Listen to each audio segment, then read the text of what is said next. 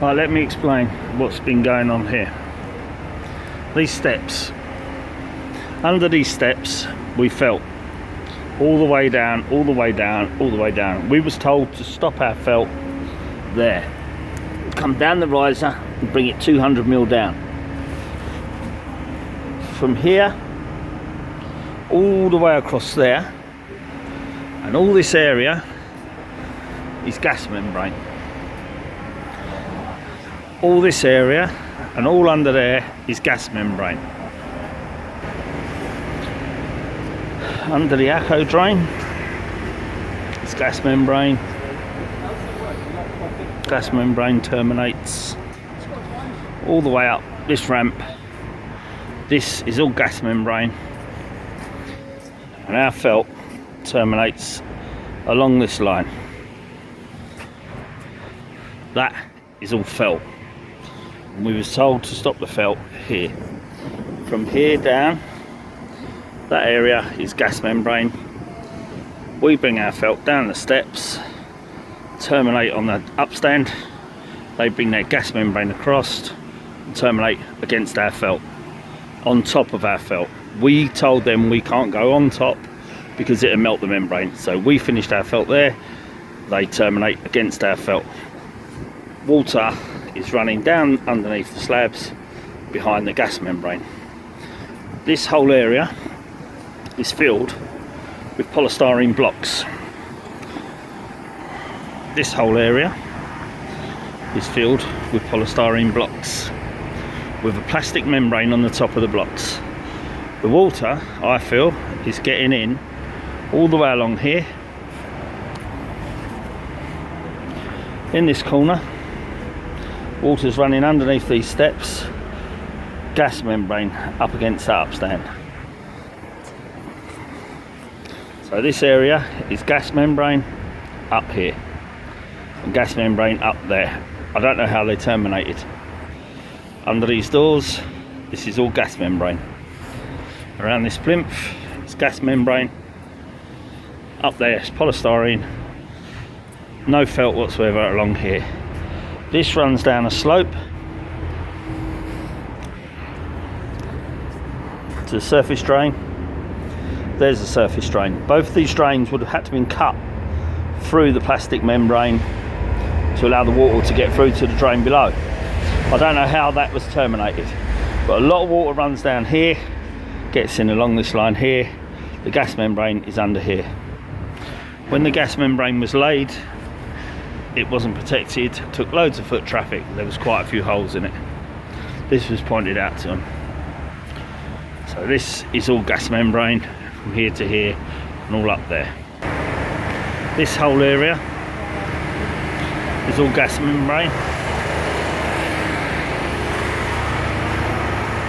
All the way down to the edge of the building, down in the car park where they've also got problems, is all gas membrane.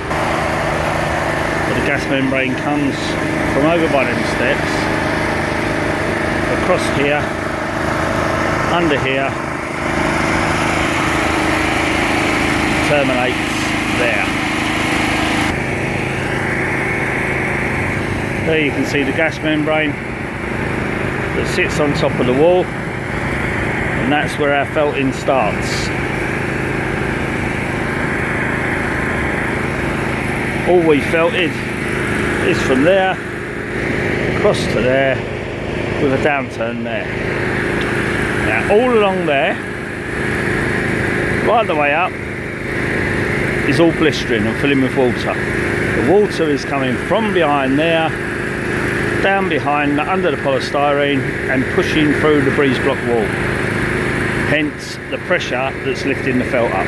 If there was a hole in the felt, there wouldn't be any pressure behind it, I feel. The hole would simply let water in and there would be a leak. You wouldn't get blisters because obviously the hole wouldn't create pressure. Because the roof is sealed and watertight, the water behind, which is building up and has got nowhere to go, is creating a pressure. Because as the water gets deeper, it comes through the wall, the weight of the water comes down, which in turn pushes the felt up. That is what the problem is, I think. This is the waterproof gas membrane, which lays across that entire area that I just pointed out to you. And in there, you can see the polystyrene blocks. Now them blocks are that deep, the depth of that wall, and they're just used as packers. So behind that breeze block wall, the polystyrene blocks go right the way back to that building, and then they laid a polythene sheet over the top. The water's getting through the sheet, behind the wall, filling up behind the wall, and creating water balloons. The pressure coming from behind the wall with the weight of the water that's pushing down is coming through and lifting the felt. Tanking only works to stop water coming through, to stop damp coming through. It won't stop high pressure coming through. It will just delaminate. Exactly the same. This was done Saturday. We've just cut a hole in this. This is the amount of water that's come through the wall since Saturday. This is not because there's a hole in the felt. Behind that wall there's a build up of water which is coming under the wall and pushing the felt off. This is the electrical cupboard, or the electrical box, what we was asked to felt. I did ask them to give us a decent surface, and they put polystyrene up against it, which we can't really felt. We're going to coat with blackjack. But if you look, there's an awful lot of water because that sand is wet, so I can't do anything with that. Now that sand's only wet because this box here that goes all the way back to there is full of water, and the reason it's full of water is because the gas membrane and the top of the box is at the same height as the gas membrane.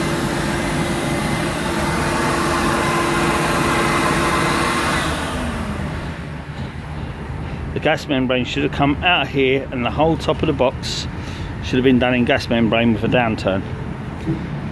Where this gas membrane stops under the concrete, the water is now can't get out, so it runs back under the membrane, hence filling up behind this wall.